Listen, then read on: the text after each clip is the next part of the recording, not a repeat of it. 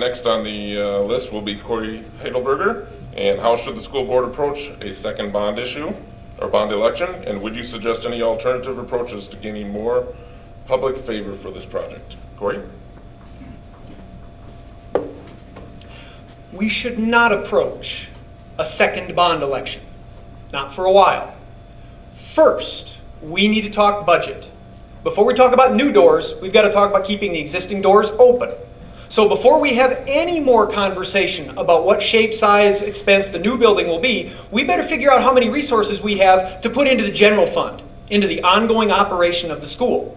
Now, I say that recognizing there are concrete things that we do have to fix, but we first have to figure out how much money we have to spend on those priorities. So first, we've got to set the budget. We've got to decide what we're cutting if we're cutting. We've got to see if another opt-out's going to happen for general fund expenditures. It might not, I don't know. But until we've assessed the demands that the financial demands that the community is going to have to meet to satisfy just paying the teachers and keeping the kids in class next year, I don't think we can start that discussion again about what size the building is going to be or which repairs we're going to do first. That's just priorities. I wish we could do everything at once, but we can't. We've got to answer that fiscal question for the community first. That'll build trust for the community because they'll know how big a hit they have coming on the general fund, and they'll be able to say, okay, they're hitting me for the general fund with this. All right, now let's see what we can handle with the building.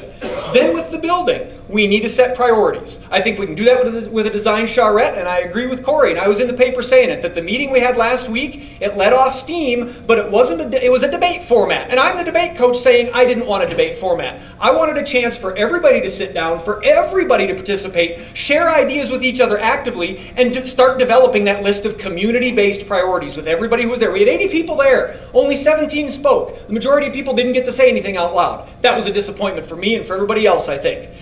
We do that open process. We make it possible for people to participate online. It's not just a committee that meets every night when the people on evening shift can't work or anything. Keep it open. And then, if later on a new bond issue comes, we do it with an honest election process. They said all that early voting was just about increasing voter participation, but golly, I haven't seen any early voting for school board candidates yet. I wonder why the public felt suspicious about that. It's just a fact. Whatever the school's intentions, it was perceived badly by the public. You gotta win trust.